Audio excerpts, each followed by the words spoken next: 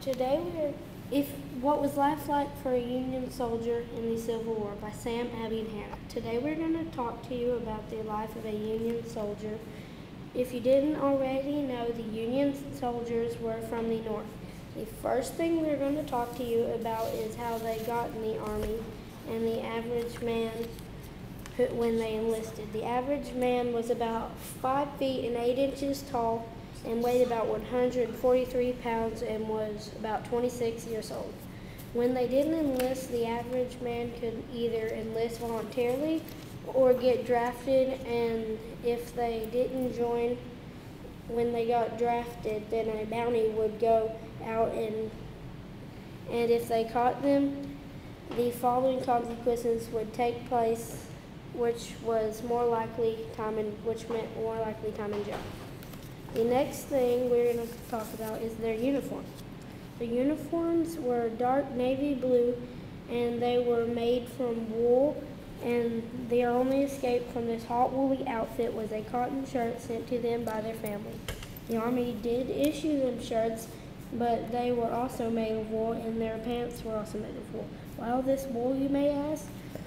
It was because wool would not take in water, unlike cotton. In the event of rain, it was also more durable. And also they carried bags called knapsacks, which held all their personal belongings and a few things for survival.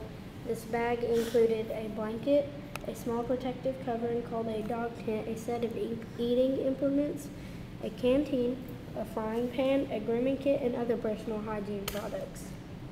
Next, we are going to talk about their food that they ate. The food they ate was usually pork. Here's what they normally ate: 12 ounces of pork or a half pound of salted beef, 22 ounces of hardtack or bread, various vegetables, various fruits, and potatoes. And they drank coffee or tea. Next thing is their camps.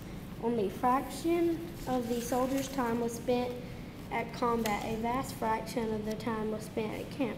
A camp is a small temporary shelter where the soldiers stayed. They normally stayed in dog tents, like we mentioned earlier, but that was only in the warmer months of war.